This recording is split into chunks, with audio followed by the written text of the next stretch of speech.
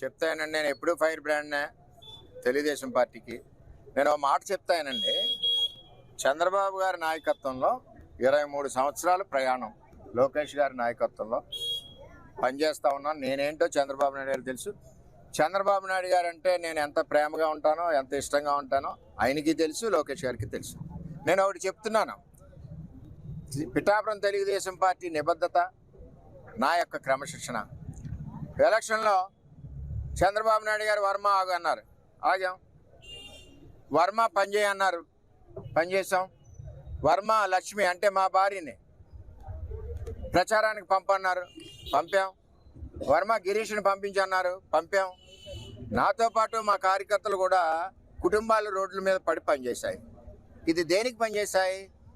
తెలుగుదేశం పార్టీలో ఉన్న క్రమశిక్షణ, అన్నిటికంటే ముఖ్యంగా చంద్రబాబు నాయుడు గారి మీద ఉన్న గౌరవం, లోకేష్ గారి మీద ఉన్న గౌరవం, ఆయన ఆదేశాలు తూచా తప్పకుండా పాటించేది 23 సంవత్సరాలు ఆయనతో ప్రయాణం చేస్తున్న వర్మని మీకు తెలియజేస్తా ఉన్నాను.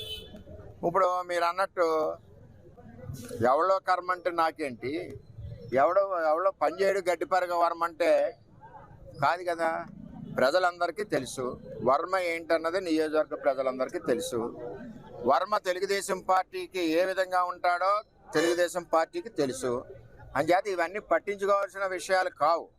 అందుకనే నేను కూటమి ఐక్యత గురించి, ఇంకో 10 సంవత్సరాల కూటమి బలోపేతం గురించి నేను ఎప్పుడు కూడా మౌనంగా ఉన్నాను.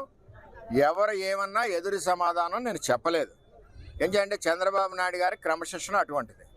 మేము పార్టీ లైన్లో ఉన్నాం, పార్టీ లైన్లోనే ఉంటామని తెలియజేస్తున్నాను. నారాయణ గారు ఏమైనా వీడియోలో మాట్లాడారా? వీడియో చూపించండి నాకు. ఏవో సమయం సందర్భం నుంచి ఏవో బయటకు వస్తే వచ్చి ఉండొచ్చు. ఒక వీడియోలో ఆయన డైరెక్ట్గా మాట్లాడితే దానికి మనం స్పందించిన ఒక అర్థం ఉంటుంది. మౌనం అన్నది కాదు ఇది. క్లియర్గా మీరు మమ్మల్ని లాగి గొడవలు పెట్టద్దు. ఇక్కడ ఒక కూటమిలో ఉన్నాం. కూటమిలో ఉన్నప్పుడు కొన్ని క్రమశిక్షణలు ఉంటాయి, కొన్ని లక్ష్మణ రేఖలు ఉంటాయి. ఆ లక్ష్మణ రేఖలు దాటకుండా పని చేయాలి. కూటమిని 10 కాలాల పాటు బలోపేతం చేయాలి. అంతేగాని ఇష్టం వచ్చినట్టు మాట్లాడడం, ఎవరో అన్నారని మనం దాన్ని పట్టించిన మాట్లాడడం అవసరం నాకు లేదు. నేను ఏంటో అన్నది పిఠాపురం నియోజకవర్గం ప్రజలందరికీ తెలుసు.